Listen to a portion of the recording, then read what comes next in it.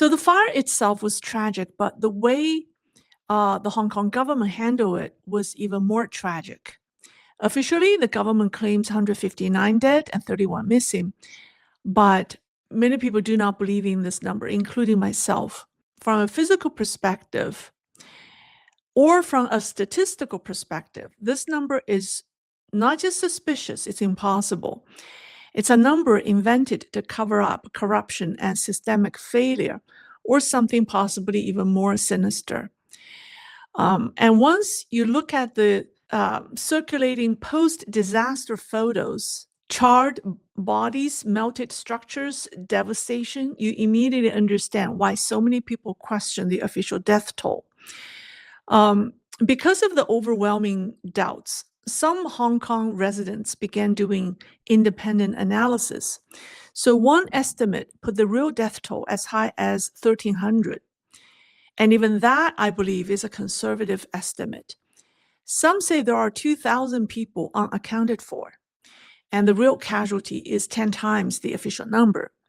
So I know these numbers sound shocking, but today I want to walk you through the reasoning step by step so you can decide for yourself whether it makes sense or not. Let me just recap the fire. So it was a rare disaster, right? Something that you almost never see in modern cities, something like this. And in Hong Kong, it was a level 5 fire, the highest level, spanning 7 31-story residential towers. And let me repeat, one fire, or one great fire, one massive fire, 7 towers, 31 floors each. On top of that, the buildings were wrapped in flammable window ceiling foam, covered with the so-called safety nets that we know are not safe at all, that actually fed the flames. And this is crucial. Every fire alarm in the 8 towers failed. So the combination created what engineers call a chimney effect. Fire shoot up like a column of flame, and residents on the upper floors had almost no chance of escape. And even if they did, they had very little time to do so. And that's exactly what we saw in the videos, right? 7 high-rises burning like torches.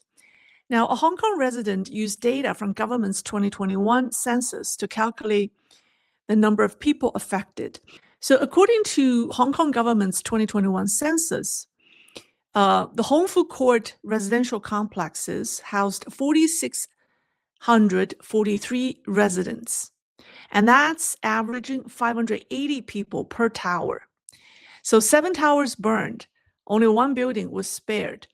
So the affected total population was roughly 580 times 7. So 4,060 people were affected. And that's the total residents in the 7 burned towers. But to understand the real casualties, we must figure out how many of those people were home at the time. Now, the fire started at 2:51 p.m. on a Wednesday. And here's the population breakdown. Elderly residents is high in terms of proportion. They are 40% of the total residents in the towers, and over 90% of them should be home at that hour. Okay, and then you have children under 18 who are at school, and they account for 10% of the population, and about 60% were at home since many had already returned from school. And working residents, they are 30% of the 30% of the population. Only about 20% were at home, those working remotely. What's remaining are working age adults who don't work. They're homemakers, housewives, right? And adult students. They are the remaining 20%, and about 50 to 55% were at home. So now you weigh these groups together. The overall at-home rate was about 58%. It is higher than normal because this residential community has an unusually higher or larger elderly population. So let's do the math. So total residents of 7 buildings, and that's 40,060, at 58%. That means roughly 2,366 people were at home, or they were in the buildings at the time. But that's not all. You also have renovation workers, caregivers, nannies, delivery workers, social workers, and visitors. So people estimate another 250 individuals were inside. So the total number of people on site when the fire broke out was 2,366 plus the 250. So we had roughly about 2,600 people who were trapped inside the 7 towers when the fire erupted. Because the estate was under long-term construction, residents' windows were sealed out or sealed shut. Fire alarms in all 8 towers failed. Many residents had no idea a fire had started. And most alarming of all, the fire did not start from one point. It ignited on multiple floors and in multiple locations simultaneously. Within minutes, all 7 buildings were engulfed. The only vertical escape routes were filled with thick smoke.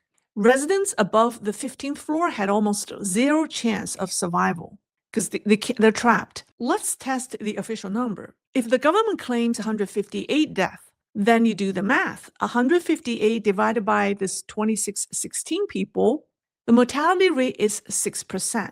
Let's compare that to other well-known high-rise fires.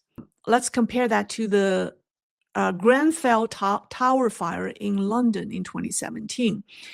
That at the time of the fire, 300 residents were trapped, were exposed.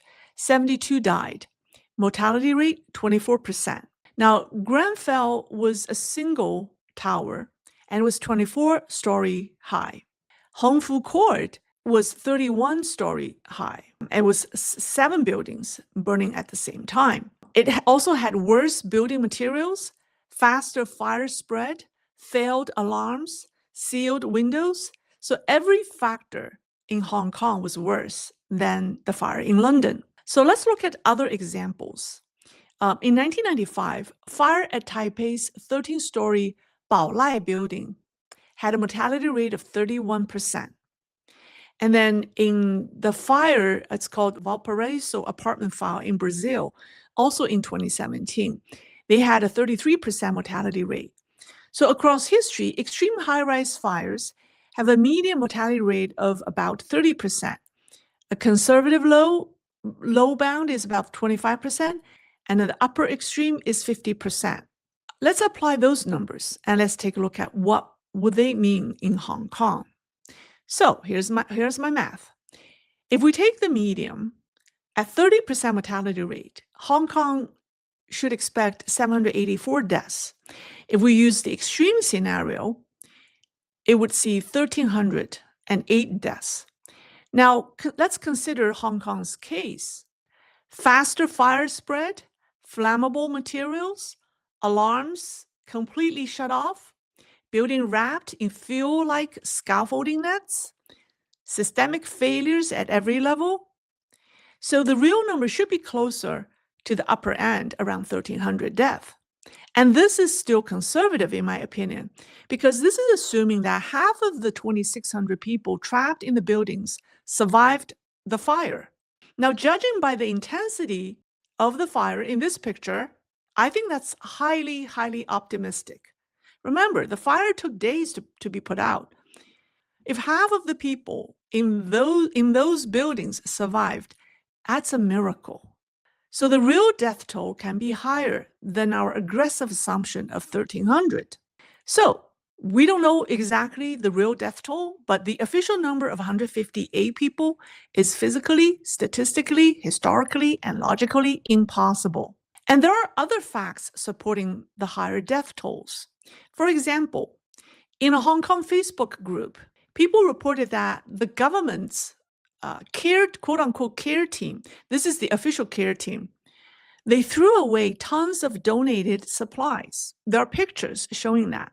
I mean, they explained that they had to throw them away because no one needed them. They said no one needed them.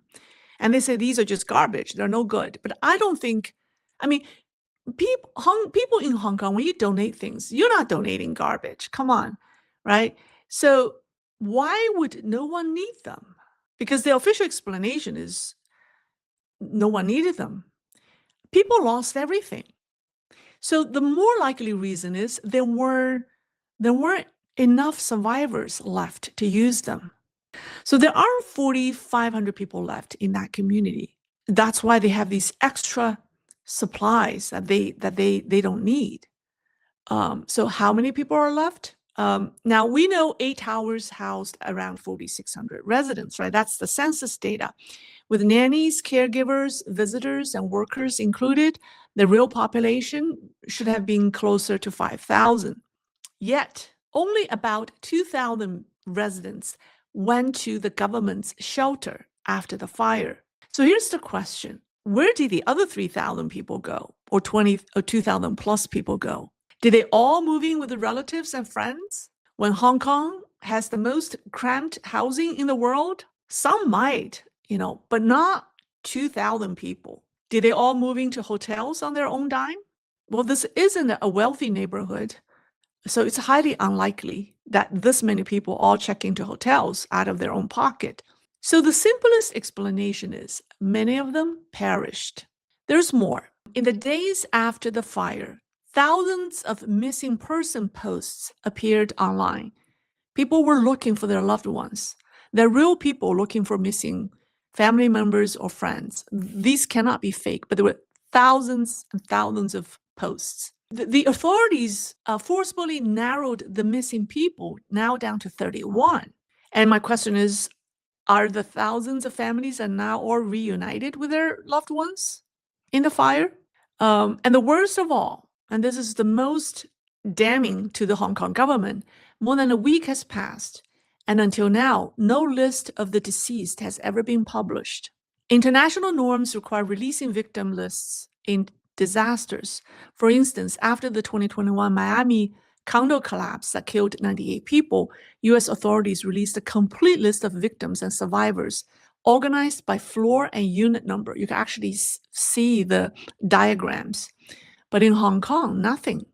No one knows who survived and who perished in the fire, just like mainland China.